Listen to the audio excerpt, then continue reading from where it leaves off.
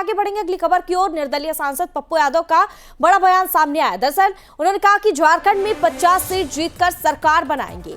जनता ने हेमंत सोरेन पर दूसरी बार विश्वास किया है। बड़ी और अहम जानकारी, पप्पू यादव का यह बड़ा बयान सामने आया है। झारखंड विधानसभा चुनाव का कल आखिरी चरण था और ऐसे में अब पप्पू यादव ने झारखंड चुनाव की जो नतीजे हैं उसको लेकर उन्होंने बड़ा बयान दिया है। उन्होंने कहा कि झारखंड में 50 सीट जीतकर सरकार बनाएंगी और जनता ने हेमंत सोरेन पर दूसरी बार विश्वास जताया है।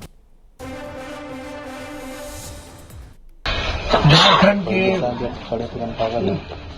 हर जाति की जनता को जिन्होंने हेमंत सरकार पर दोबारा विश्वास किया, ये ऐतिहासिक क्षण है। आज तक झारखंड में दोबारा सरकार किसी की नहीं बनी और ये मुंह खाने पड़े गुंडे लोगों को, बाहर से आने वाले जो गिद्ध दृष्टि जिनकी थी। हम लोग परिवार बनकर के चुनाव लड़े और मुझे उम्मीद ही नहीं है, हम 50 के लगभग सीट ला करके हम दोबारा सरकार बनाएंगे।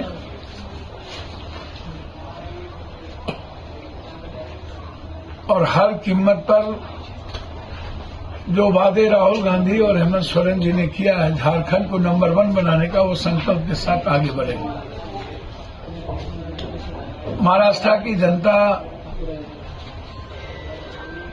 ने भी जिस तरीके से शरद पवार, राहुल गांधी जी, उद्धव जी पर भरोसा जताया है, उसके लिए इतने नफरत मराठी गुजराती के बीच झगड़ा लगाने के बावजूद भी, इतने नफरत के बावजूद भी मैं तो साफ कहता हूं, यदि 20 लाख वो ईवीएम कहाँ है जो चोरी हुई थी और 20 ईवीएम को ना बदला जाए, यदि नफरत ना पैदा किया जाए, तो मैं समझता हूं मेरी जो सोच है और पैसे का खेल ना हो तो कभी भी भाजपा चुनाव ना जीतेगी देश में।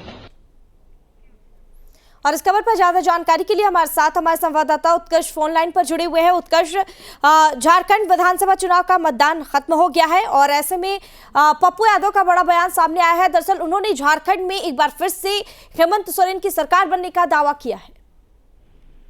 और बिल्कुल है ना, देखिए दोनों चरण के मतदान जो है वो पूरे हो चुके हैं और पप्पू यादव ने प्रेस कॉन्फ्रेंस करके ये साफ कहा है कि 50 सीटें जो है वो झारखंड के हम जीतने जा रहे हैं। इसके अलावा कई आरोप जो है कह सकते हैं कि वो बीजेपी पर लगाए हैं।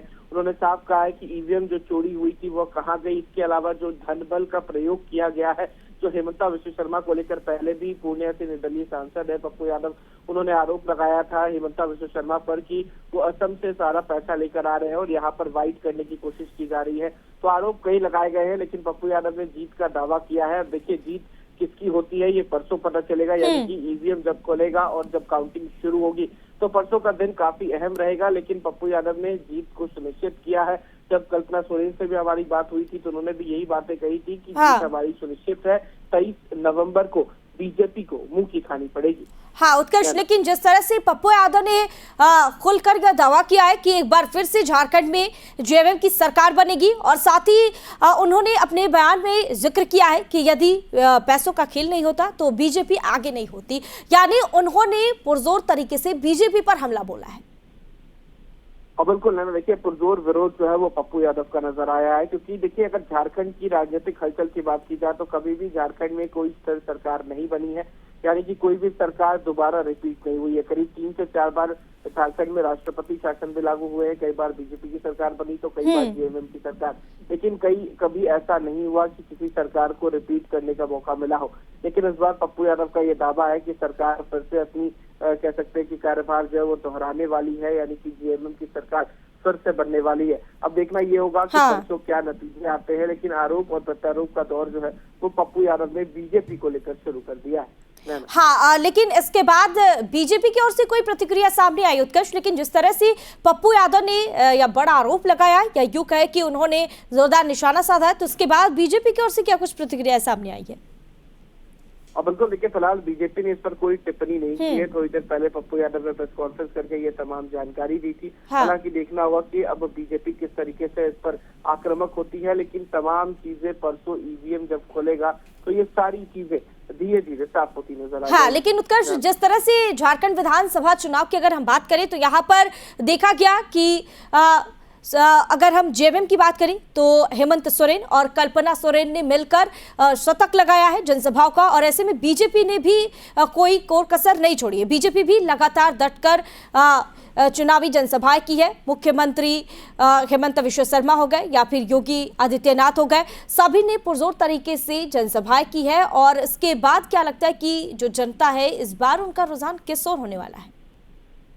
और बिल्कुल देखिए, अगर झारखंड की बात की जाए तो तमाम गठबंधन ने पुरजोर कोशिश की है, चाहे वो प्रधानमंत्री नरेंद्र मोदी हो या फिर लीडर ऑफ अपोजिशन की बात की जाए तो राहुल गांधी हो। तमाम दिग्गज नेताओं ने झारखंड का दौरा किया, तमाम वादे किए, जहां पर एक तरफ बीजेपी ने 25 साल पूरे होने पर 25 योजनाओं का जिक्र किया और कहा कि हमारी सरकार आएगी तो इन 25 योजनाओं पर कार्य होगा। तो वहीं जेएमएम यानी कि हेमंत सोरेन की पार्टी ने महिलाओं को लेकर बातें की। लेकिन देखिए, अगर वोटिंग फीसदी की बात की जाए तो महज 63% के करीब वोट हुआ है, और वोटिंग फीसदी कम होता है तो ये फायदा जेएमएम को नजर आएगा, और अगर वोटिंग फीसदी बढ़ता है तो कह सकते हैं कि बीजेपी के लिए फायदा होता है। लेकिन इस बार कांटे की टक्कर है। एक तरफ जहां बीजेपी ने अपने तमाम बड़े नेताओं को, दिग्गज नेताओं को झारखंड की चुनावी मैदान में उतारा है, तो दूसरी और जेएमएम ने भी कोई कोर कसर नहीं छोड़ी है। ठीक है उत्कर्ष, ऐसे में तमाम जानकारी साझा करने के लिए शुक्रिया, और आगे भी आपसे तमाम जानकारी साझा करेंगे। बने रहिए हमारे साथ।